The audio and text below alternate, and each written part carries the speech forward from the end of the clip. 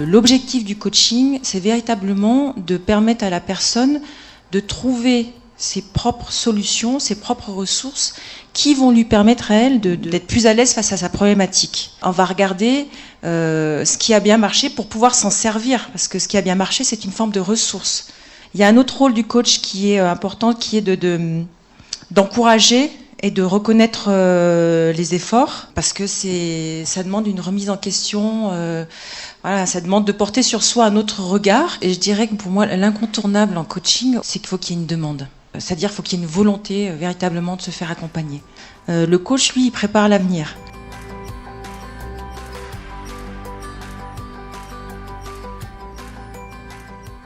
Si on est dans une réflexion un peu d'hésitation, c'est qu'on n'est sûrement pas loin d'être mûr pour pouvoir déclencher ce genre de choses. Moi, j'ai déclenché ça à un moment où j'étais très bien, ça allait, quoi. C'est la prise de risque, elle est plutôt personnelle, interne, quoi. C'est à un moment, faut accepter, puis se regarder un petit peu. Faut être objectif par rapport à soi-même. C'est ça qui va nous rendre après cohérents. L'accompagnement peut être nécessaire à chaque fois qu'on a le sentiment qu'on doit franchir une étape et qu'il y a un effet cliquet là qui s'opère pas. Dès lors qu'on a le sentiment qu'on va pas droit au but, ou qu'on n'est pas dans l'axe, ou que l'objectif n'est pas clair, eh bien, je pense que là, ça peut être opportun de se faire accompagner pour clarifier les objectifs, clarifier les méthodes, et pour se mettre en phase avec ce qu'on essaye de faire. Voilà.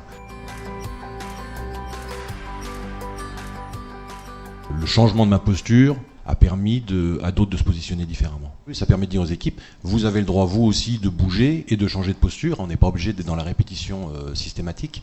Donc il a fallu tout de même que j'accepte l'idée de me rendre disponible et d'accepter l'idée de sortir de ma zone de confort. Pour le coup, il y a un effet impactant important sur le regard qu'on porte sur ses collaborateurs qui change.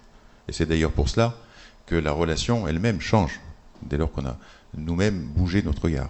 Cette évidence de la nécessité de laisser plus de délégation, de laisser les collaborateurs prendre la main. Moi, ce qui a beaucoup changé, c'est le fait que je mette en application et mon intuition et mes envies. Pour moi, c'était la bonne réponse aux besoins de l'entreprise. Donc je dirais que moi, le moment important, c'est ce moment où j'ai accepté le côté intuitif et j'ai accepté de construire dessus. Le changement de ma posture, en sécurité, parce que là, je me sentais sûr de moi, à cause de ce qu'on avait bâti, a permis à d'autres de se positionner différemment. Il y a une forme de révélation qui s'est opérée entre ce qu'on croit être et ce qu'on est réellement, qui est révélé finalement par l'approche. Mais justement, c'est ça, c'est la remise en question qui nous fait progresser. S'il n'y a pas cette remise en question, on stagne. Donc je crois qu'il faut l'accepter, au contraire. C'est ce qui permet peut-être aussi d'être plus soi-même et d'être plus en phase avec ses fondamentaux. Plus de plaisir pour soi au sein de l'entreprise, c'est déjà considérable. On arrive même à des moments où il y a vraiment plaisir partagé, c'est-à-dire que le groupe, l'équipe, se retourne et dit on était là, on a progressé, on s'est amélioré, et il y a une sorte de fierté de ce qui a été fait. Il y a deux missions principales, c'est accompagner les dirigeants dans leur évolution et aussi créer du lien, accompagner les équipes, faire en sorte que les interactions soient plus fluides et qu'il y ait plus de coopération pour justement qu'elle soit à même de faire grandir cet organisme vivant et qu'elle soit porteur de la direction que veut lui donner le dirigeant.